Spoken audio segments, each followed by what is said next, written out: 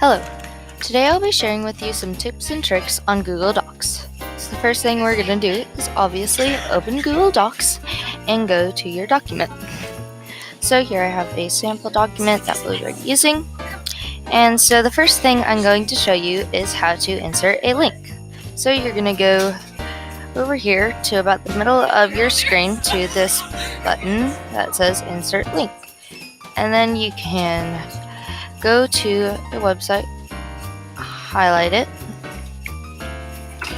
copy it, paste it where it says link, then you can add some text and apply the link. So now when you go onto your document, you can click onto that and it will go there.